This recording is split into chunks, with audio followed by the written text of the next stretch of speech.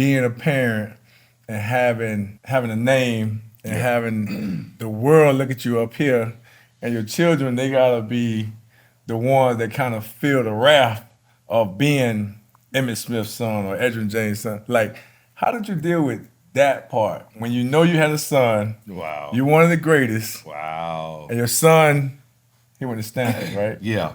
He go off to school and he got all these expectations. And now you got to sit back in the stand with go back to what we were saying earlier. The expectations are up here. You're in the house. He's in the house, so he's supposed to be a dog. Yeah. So how do you like even relay it down to them, or even kind of put that in them and still let them be them? Or what do you do in those situations? Well, it's funny because that is an awesome question, because the way I grew up is not the same way he's growing up. Exactly. It's just not the same.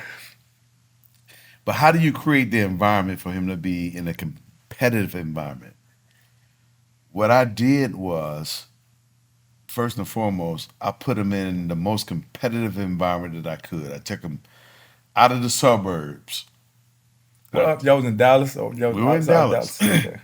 But I put him on Dion's team, the Truth, Okay. as a little league football team, and as an organization.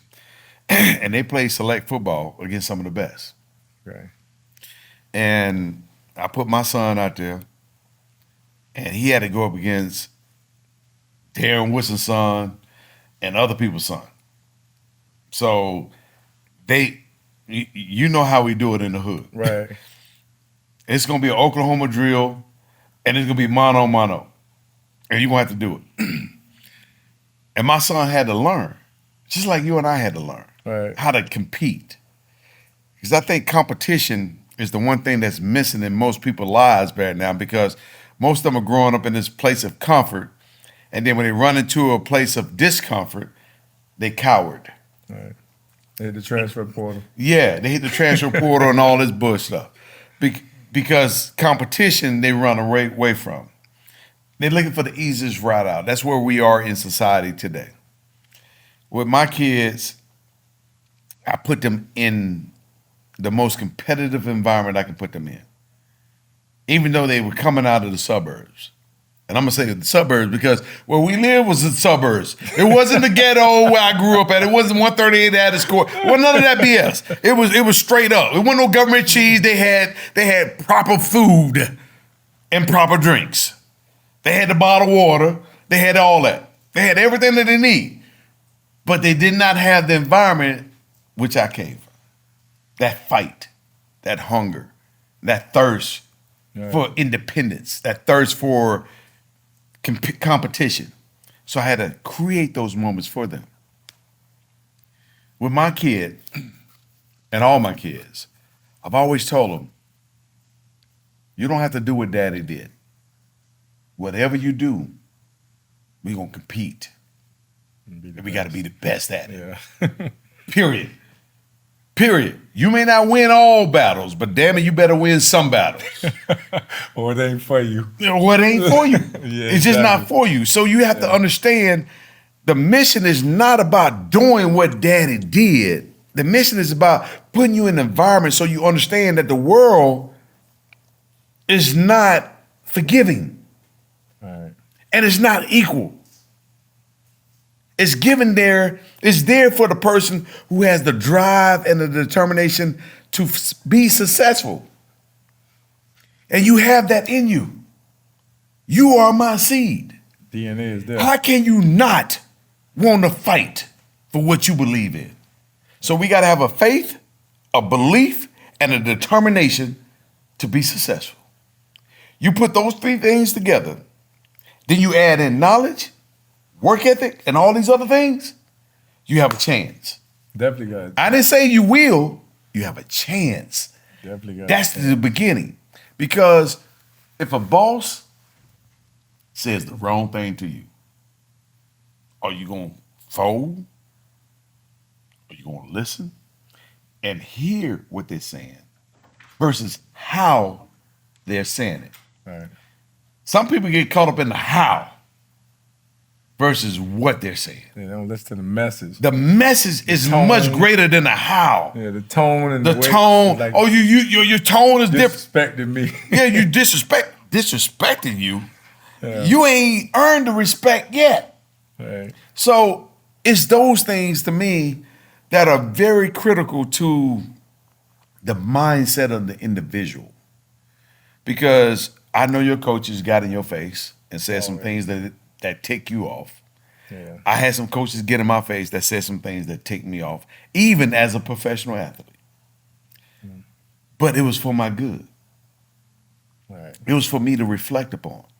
So, but when you go to with your child that's going through all those things, is like how do you keep them into it when the purpose is different?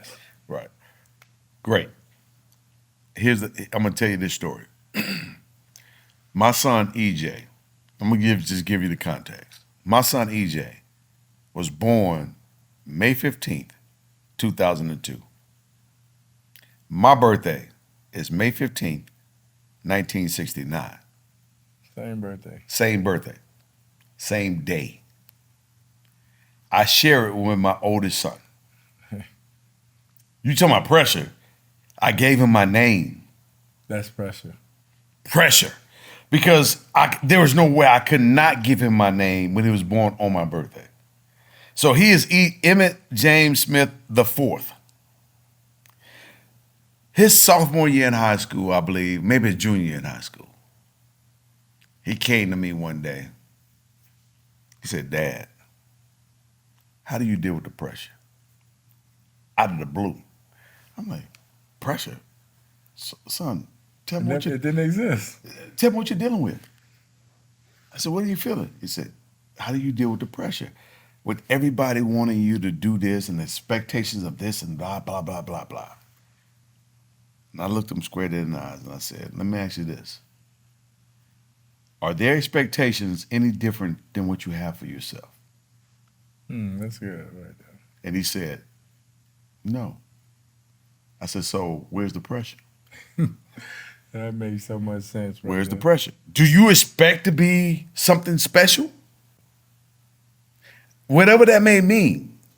Don't mean that you will replicate what your daddy did, but you have a goal to be something. Right. What is that goal? What is that mission? What is the purpose? What is your purpose?" And he answered that question, "No." I said, "So where's the pressure?" They kind of summed it up right there. Son, I said, "Son, forget what everybody else is saying about you and what their expectations are of you. What do you have and what are your expectations of yourself? Have they missed the mark or are you missing the mark?" Yeah, one or the other. It's one or the other. I mean, they may have expectations, but all you got to do is meet what you're capable of doing and develop what you're capable of doing, regardless of what other people say. Right. I was thinking like first of all, you have a built-in advantage. The DNA is there. The only thing I see missing is the purpose and the drive. Outside of that, That's missing. That's the only thing. we have like our kids personally have the training, they have the experience. We've cut out all the guessing to the game. Like as a running back, there's nothing they can tell you Right. about that position. Right. So you cut all that out. And so now it's like I try to look at like you got to really find your why. Yeah. That's the only thing to hold you because talent-wise, obviously, You have some skill set. you got it. You got some skill set and you got the proper training and everything else. But why are you doing this? Are you doing this to make me happy or are you doing it to make yourself happy? Because at the end of the day, my happiness, I love you. You are my child. And there is nothing in the world going to change that. And so I'm here to support you. But the one thing I want for you is what you want for yourself. I want you to be the best version of yourself. What does that mean, Daddy? What that means, if you're going to be an engineer, damn it, be the best engineer you can be. Always greatness. Strive for greatness. Strive for excellence. Understanding excellence is never attainable. That shit is a moving target.